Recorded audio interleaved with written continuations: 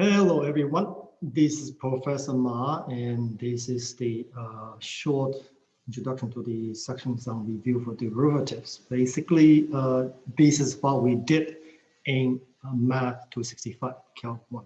Okay, so uh, the idea of derivative from geometry point of view, so we say a point's derivative exists or differentiable, meaning it doesn't have any corners. So for example, this curve versus this curve, okay? And at any point over here, if I come on this side, I draw a line that touches the points versus if I will come from the right-hand side that touches a line at the same point, I will find that the two tangent line coincide, okay? And this is what we mean by differentiable. Basically, it means smooth. Versus at this point, if I were coming from this side and the tangent line that's at that point versus coming from the right-hand side, the tangent line is more like that.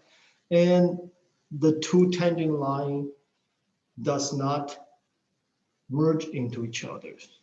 And so this is what basically we mean by having a point that's not smooth. So differentiable means smooth, non-differentiable means something that doesn't have, it's not smooth, okay? And so example, this function is not differentiable at 0, absolute value of x, because on one side is the tangent line is positive 1, the other side the tangent slope of the tangent is minus 1. Okay. And when we say functions differentiable over an open interval a to b, means it's differentiable over the entire interval. So it means the curve is nice and smooth, a stretch of nice and smooth curve. And how do we calculate it? And the notation, we use f prime of x or df dx, and in particular df dx come from delta f or the delta y over delta x is the limit of the slopes. And so this is a definition of the derivative, which enable us to calculate the slope of the tangent. Okay, so f prime of x this gives the slope of the tangent at the point x. Okay. And how do we calculate it? These definitions is not very good. We cannot pull this definition for all the functions. So the way we approach how to take derivatives is we approach from the basic structure of the formula we use. That is, we use the power function, the trig functions, and log and exponential functions. We know how to take derivative of these basic types. And then the elementary functions are basically using these formulas, using operations add, subtract, multiply, divide. Okay. And compositions, okay. And what we do is we come up with the rules how derivative operates under these operations with these formulas, these families of formula. And in particular, we basically know the basic derivative of each family. Derivative of polynomial, the power comes down, subtract 1 from the power. And so here's the rules, and here's the trig from family derivatives, and then yeah, let's just use those. Then we have the rules. Constant can be pulled out, and the derivative. The second one is derivative with respect subtractions and additions, sum and differences. So we can use that to calculate derivative polar constants, that take the derivative of each components, and then how we get the derivative formulas. Okay. And here the derivatives and its derivatives. So now, so we're going to look at x equals 0. Okay, so the slope at x equals 0, the point when we plot these formulas, we're putting 0. We are going to get a point 0 minus 2/3. That is somewhere on the y-axis, it's 0 minus 2/3. And the curve passed through that point. Now I want to look at what does it look like, the curve around there. And now we can use that, we can use the derivative to figure that out. How? Here we go. First, we figure out the derivative of at 0 is, calculate this, and the prime of 0 is 1. So therefore, I know this is the slope of the tangent at that point, at x equals 0. So therefore, the tangent line looks like that. Okay, slope 1. Okay. And so this is the calculation, and in particular, I can actually get the equation of tangent line. But what does it look like? Well, there are 4 cases. Okay, when we get slope equal to 1, it could be, it looks like that. What I meant by that is, of course, this point P is 0. It's 0 minus 2/3. It could be like that, could be like that. It could be one of these 4 cases. All of these are slope 1. So think about which one it is. Okay, without using second derivative. So the derivative has to do with the slope. And then we have the power rule and the quotient rule. Okay, and here are formula using, I won't go in detail, this is using product rule, and then we break up the derivatives and into sum of 2 products, and this quotient rule. The quotient rule will have the, if this part is called high, if this is called low, then we have high D low minus low D high. That's a trick that the student in the beginning, and they use these to memorize these formulas.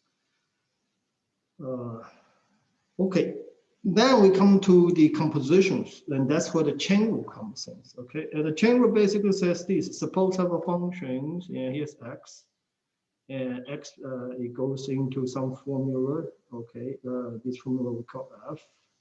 And it spits out, what it spits out is, we're going to call it u. What it is actually is 5 times x. Okay. Now, of course, I'm going to continue feed this u into a formula which I call g now. And what the g does, the g, of course, multiplies 3 times the u. Oh, the output, which I call y. You write it this way.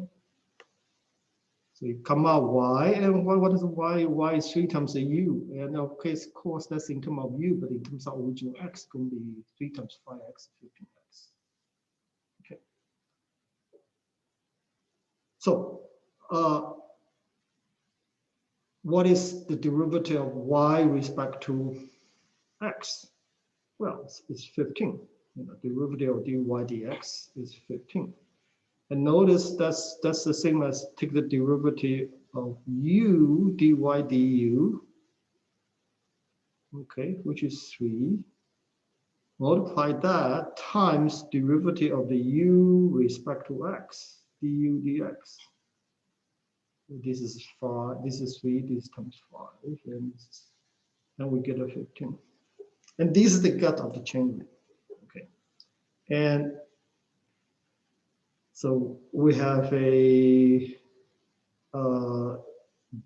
differential versions, and then we have a function versions. Both are useful. When you read the function, you have to be a little careful. Usually they don't differentiate between this prime and that prime. Actually, they're quite different. The first one is in reference to this one is reference to u. Okay, like here, we take derivative 3 times u. Well, that's derivative of du is 3. It's okay. So it's now respect to x. Then times the f prime of x respect to x. Okay, and so here's one examples how that is carried out if we break the things into pieces like the what we just went through, the chain rule. But usually we do it slightly differently, and the way we do it is by using this shortcut, which I call shortcut. Okay, the important things over here, okay, is that whenever you see the letter U, its full name should be some formula U in X. So this is the role that U play is U holds a formula in X. And at the end, we're going to use that formula, okay? But in the beginning, you have to be very clear what that U represent, okay? So here's an example. Okay, so here's are the rules for the specific rule. So if I'm taking derivative of sine u, u will be some formula in x, and this derivative with respect to x. Then the derivative of this, of course, everybody knows the derivative of sine u with respect to u is cosine of u, okay?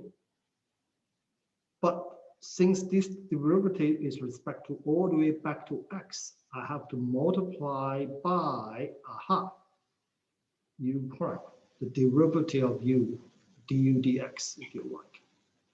And notice the presence of two formula in the answer, the original u versus its derivative that it spits out, which are called the tail, u prime. And this is true for all chain rule. Derivative cosine of some formula u in x is minus sine of the formula time its derivative u prime.